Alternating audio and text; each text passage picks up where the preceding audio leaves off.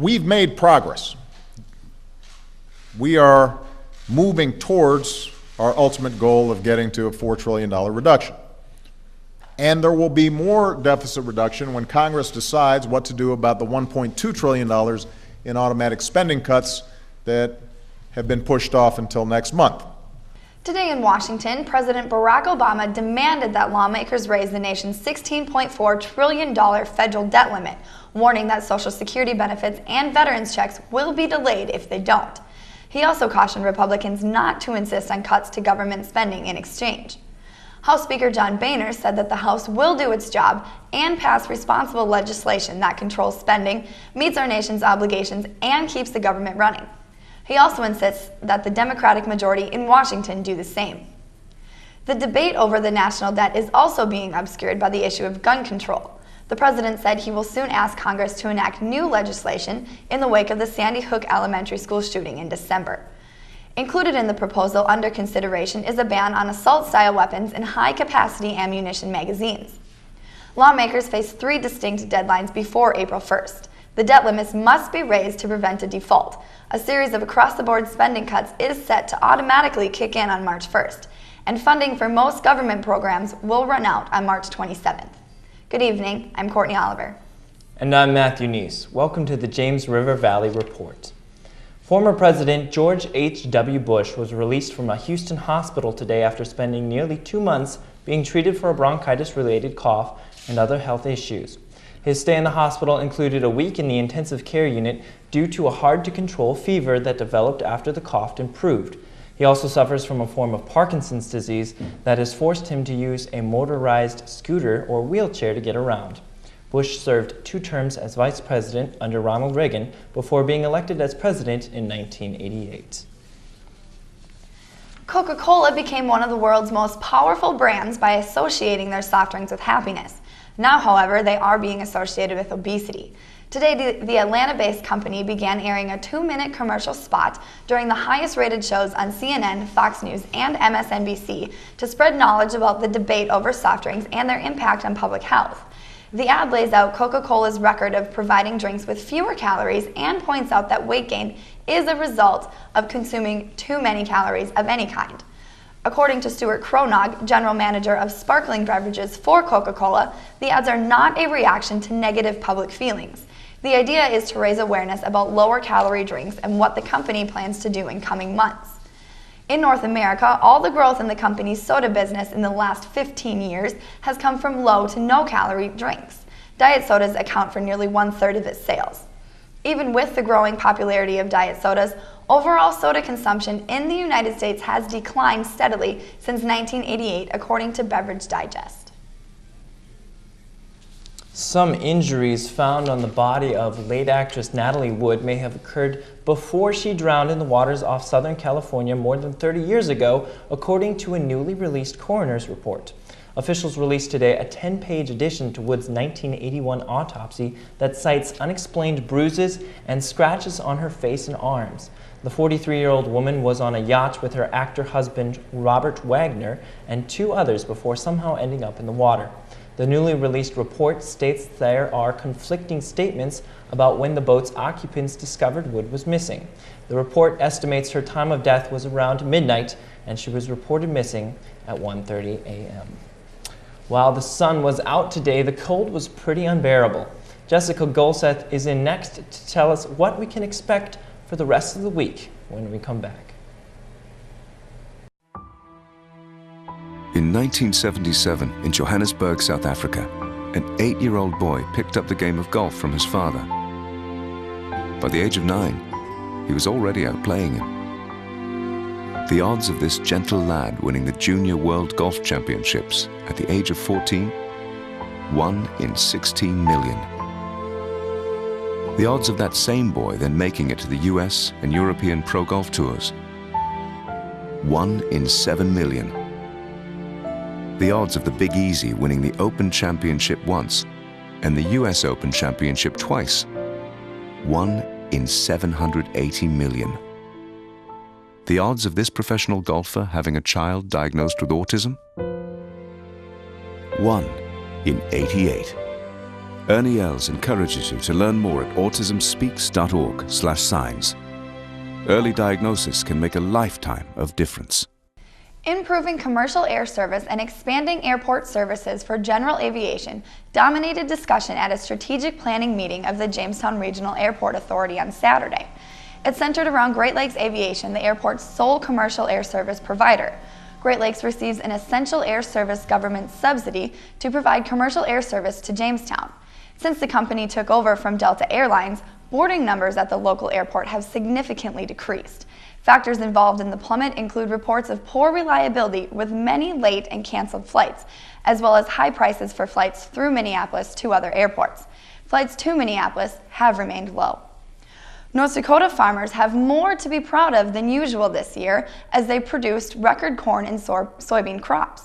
The Agricultural Department says North Dakota's corn crop was up 95% from last year with 422 million bushels. The state's soybean crop totaled 161 million bushels, up 40% over the year. Oil, sunflower, canola, flaxseed, and dry edible peas are all up significant amounts as well. Many of them rebounded from the flood in 2011. Although the weather is cold, the water will be warm for the 7th annual Polar Pig Walk the Plank fundraiser for Jamestown Regional Medical Center's hospice program, taking place February 2nd at the Stutzman Harley-Davidson dealership. It includes a silent auction and a chili cook-off. Last year's event brought in close to $18,000, according to Don Wegner, the man behind the fun. He says they are seeking donations from local businesses for the silent auction. To donate to the auction or for more information, call Wegner at 701-320-7866. And turning to weather, Jessica Gulseth is out on the campus today. Jessica, how's it feel out there? Well, Courtney, to tell you the truth, I should probably be wearing mittens right now because it's freezing out here and I think my fingers are going to fall off. I would suggest wearing hats, scarves, mittens, the usual, because it's going to be cold all week. And with that cold weather, we're also going to see some snow. So I'd like to take a minute to talk about winter survival kits. This is something you should have as we continue to have snow. This past weekend, we got quite a few inches of snow in this area. And so when you're traveling, it's really important to be prepared in case you do get in some sort of accident or you get stuck or something like that. So some things that you should have in your car, a knife or multi-tool sort of knife, some extra clothing in case your heat doesn't work when you maybe get in an accident or whatever. Blankets, waterproof matches, and candles. Candles, if your heat isn't working and you light that candle, it could produce some heat for you. As well as water in case you are stuck there for several hours. Maps, maybe if you're just lost. Tools like road flares, rope, jumper cables in case your car needs just to be jumped and somebody pulls over to help you.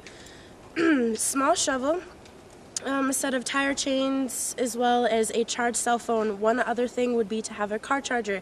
If you don't have one, I suggest you invest in one.